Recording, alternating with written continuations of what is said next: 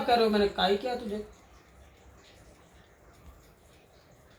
अब तक तो मैं तुम्हें जान से मारने के पीछे पड़ा था, जो उल्टा सीधा इलाज करा रहा था। अब क्या आयुर्वेदिक दवाई असर नहीं कर रही है जो उस टाइम असर कर गई थी? काका ही सबसे बड़ा दुश्मन है, जो करेगा वही जूते खाएगा। मुझे कतई अफसोस नहीं होगा, मेरे सामने वो दर्द मैं फील कर चुका हूँ इनके मरने का, ठीक है? मुझे कतई फील नहीं होगा, एक आंसू निकल जाए मैं अपने बाप की औलाद नहीं।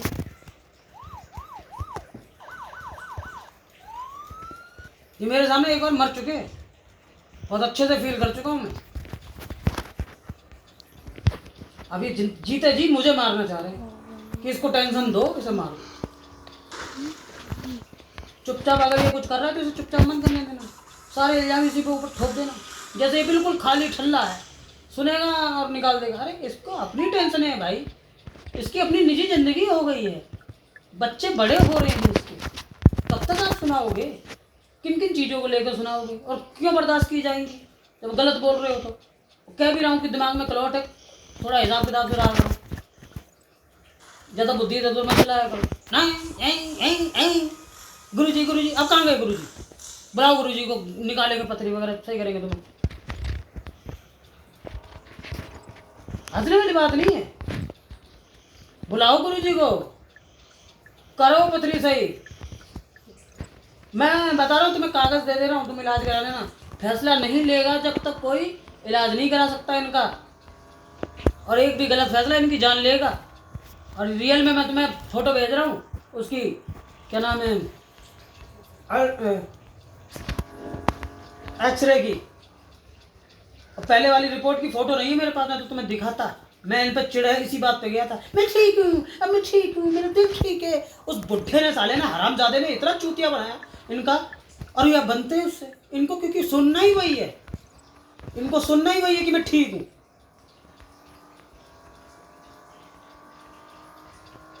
दिल का साइज पहले बड़ा था, पहले जब दिल का साइज जब बड़ा था, जिसकी वजह से इन्हें अटैक पड़ रहे थे, वो अब दिल का साइज बहुत बड़ा है, बहुत बड़ा मतलब उससे दुगना हो चुका है।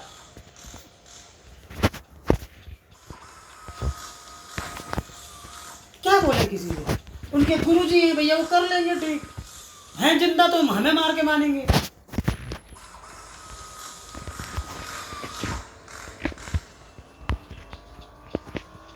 मैं चिड़ा, मैं छोट, मेरे अंदर दबी पड़ी हुई चीज है, मैं हर चीज आपके सामने खोलूंगा भी नहीं। किसी को बुरा लग जाए लग जाए, पर मुझे तो मेरी आत्मा से पता है कि मैं गलत नहीं कर रहा हूँ, और जब तक मुझे ही एहसास है ना कि मैं गलत नहीं कर रहा हूँ, तब तक मैं गलत हूँ ही नहीं। समझ में? तो रिलैक्स हो जाओ, मेरी तरफ से कुछ नहीं है, मैं सिर्फ हाथ खड़े कर दूंगा कि मैं ना कुछ करूंगा, ना मैं देखूंगा, ना सुनूंगा। अपना करो, मस्त रहो। 1 दिन की, 2 दिन की, 1 हफ्ते की, 2 हफ्ते की, 1 महीने की, 2 महीने की मोहलत मत मांगो मुझसे। मांग रहे संभाल ले, बिल काट दे, ये कर दे, मैं उनका जीएसटी अलग कर दूंगा, मैं उनका बिल अलग कर दूंगा, मैं उनका अकाउंट अलग कर दूंगा। अरे भैया मोहलत मत मांगो मुझसे, कर सको करो, नहीं तो कोई बात नहीं, मैं कुछ नहीं कर सकता। आज लास्ट टाइम मैं उन्हीं के लिए बैठा था लैपटॉप पे, बिल काट दिया है मैंने, मौज करो।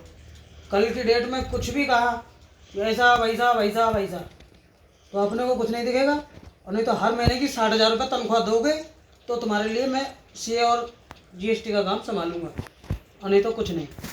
अपना सुनो करो देखो, 60,000 मेरी वैल्यू यही है। ये तुम्हारे काम में फसलें लेट गई तो तुम बर्बाद हो रहे हो, जबकि खुद की फसलें नहीं है, दूसरे की फसलें हैं।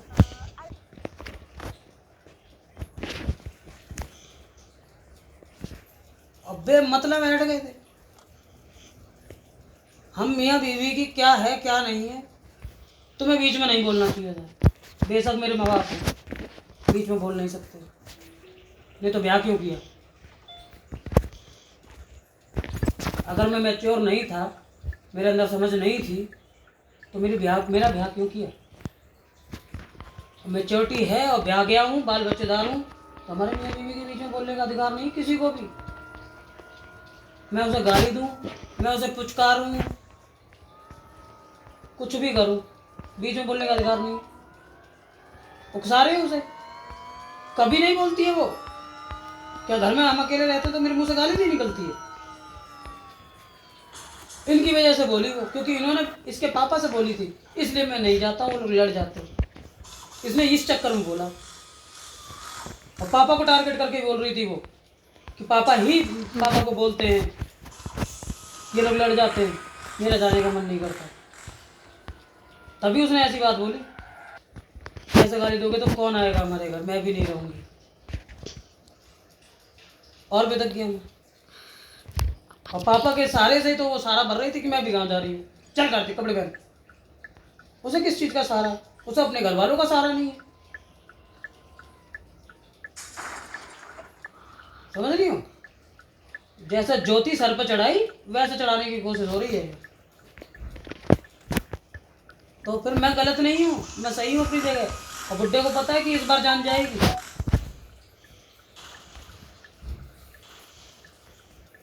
कर कर मैं पक गया, कर कर के मैं पक गया।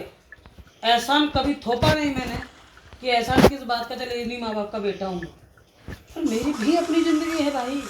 मुझे आप डंडा मारोगे, दर्द मुझे ही होगा, आपको नहीं होगा। मेरे छोटे छोटे बच्चे मेरे पीछे भी नन्ही नन्ही सी जाने हैं, वो मेरी ही आस करेंगे, आपकी आस नहीं करेंगे वो। तो ये जिम्मेदारियां मेरी ही रह गई।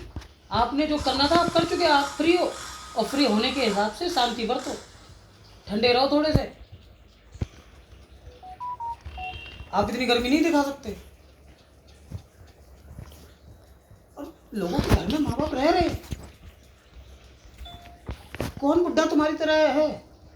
संसार में झांक के देखो, 36-37 साल का मैं हो गया, मेरे बराबर के लोग बैठे हैं, उनके माँ बाप उनके घर में हैं, किसी की आवाज़ माँ बाप की नहीं आती।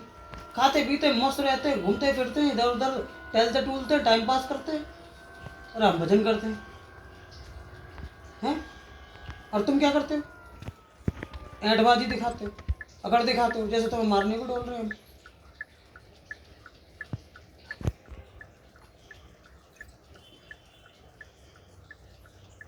सालू ने तुम्हारा नंबर, किसी का नंबर ब्लैकलिस्ट नहीं किया। अरे सालू ने तुम्हारा किसी का नंबर ब्लैकलिस्ट नहीं किया, मैंने किया। मैंने ही उसके फोन में सबके नंबर ब्लैकलिस्ट किए।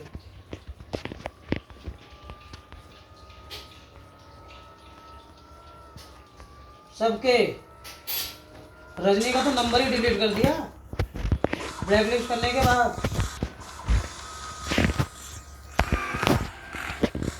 मैं हर उस व्यक्ति, नफरत की बात क्या है? आप अपनी जिंदगी में खुश रहो ना, मैं उंगली करने आ रहा हूँ। नफरत किसे कहते हैं? मैं आपको टारगेट करके आपकी जिंदगी खराब करने आ जाऊँ तो बताना। आप अपनी जिंदगी में खुश रहो।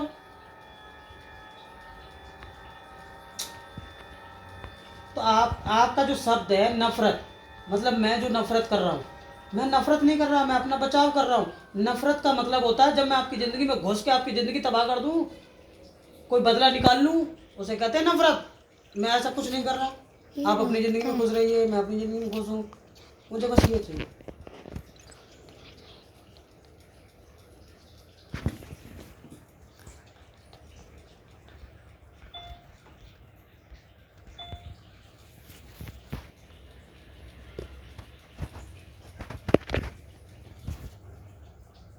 क्या करूँ, मैं भी राजा राम का ही बोलता हूँ।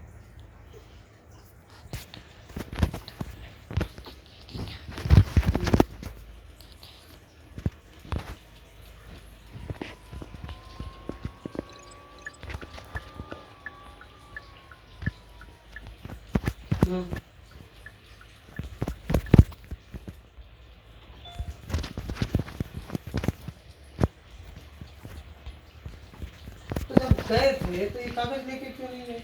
इलाज करवाना ही था तो। तुम्हें किसने बताया कि उनकी तबीयत खराब है? मैं तो आवाज़ से पहचान जाता हूँ।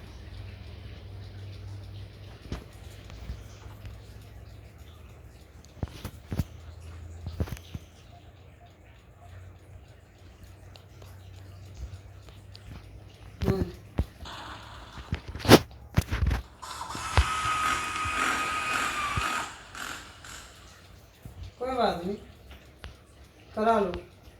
मैं तो देखो, मैं बताऊं, मैं इतना तेज हूँ बुद्धि का कि मुझे पता है कि जिन गुरुजी का तुम हामी भरते हो, जिन गुरुजी की वो करते हो, उनमें तो शक्ति है और उनके बिहाफ पे थोड़ी बहुत तुम में भी होगी। ठीक, पर तुम अगर कुछ भी ऐसा करते हो मेरे लिए तो तुम काटोगे अपने पैर, अपना वंश, अपनी पीढ़ी। तो तुम्हें रहना था बहुत उजियार, क्योंकि तुम्हारा मकान है कांच का। तुम पत्थर मारोगे तो सबसे पहले फूटेगा तुम्हारा। इसलिए अग्रेशन से, गुस्से से, तड़क भड़क से कुछ होता नहीं है। अगर मैं भड़क गया तो बहुत कुछ हो जाएगा, और वो हो रहा।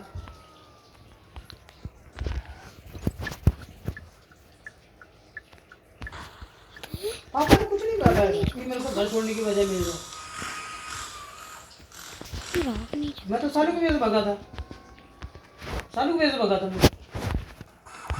फिर वही बात, मैं 50 बार नहीं बता पाऊंगा। अगर तुम्हारी बुद्धि कम है तो तुम अपनी बुद्धि का इलाज कराओ। 50 बार मैं किसी को नहीं बताऊंगा, नहीं बताऊंगा मैं। अब तो बिल्कुल नहीं बताऊंगा मैं। आपको नहीं समझे, कोई बात नहीं। तुम्हारे सामने ही मैंने कहा था सालू को बुला दो। सालू आई, मैंने क्या पूछा उससे, क्या पूछा उससे?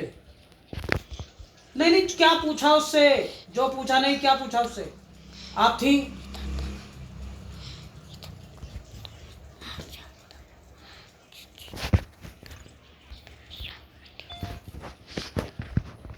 लड़ाई करने की जरूरत क्या थी? मैंने कुछ पूछा उससे?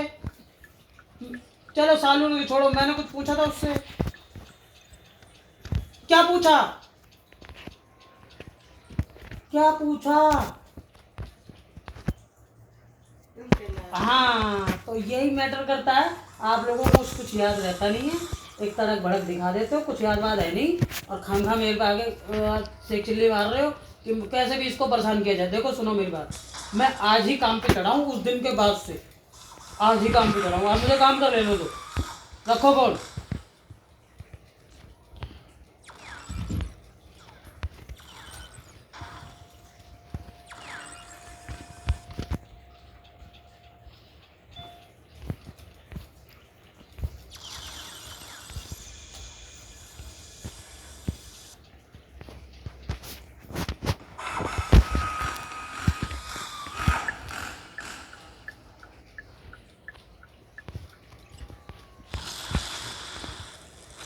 मम्मी के यहाँ खुद रहता नहीं है पापा, घंटी को भला बना रही है, कह रही है कागज दे तो वो इलाज कराएगी तेरे से सीधे क्या है। अब बीमार है, एक दिन के लिए बता रही आ गए अन्य जैसी वो करेंगी। अब रजनी शीतल पापा ये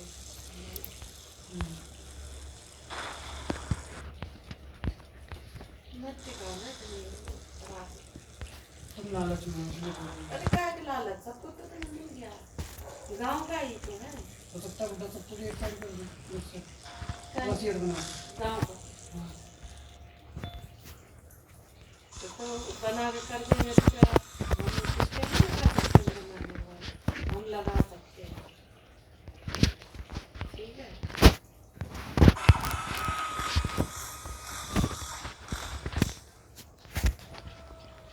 सब नहीं, सब ये दवा पानी पड़ जाएगा। मैं सुन नहीं पाऊंगा। बात तो ये है, तुम्हारा मुंह जैसे चल रहा है ना, मुझे सुनने में नहीं। मैं हकीकत में बात करते, मैं सुन ही नहीं पाऊंगा किसी।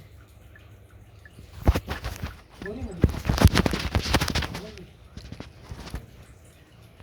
कोई पकड़े ना पकड़े के लिए बातें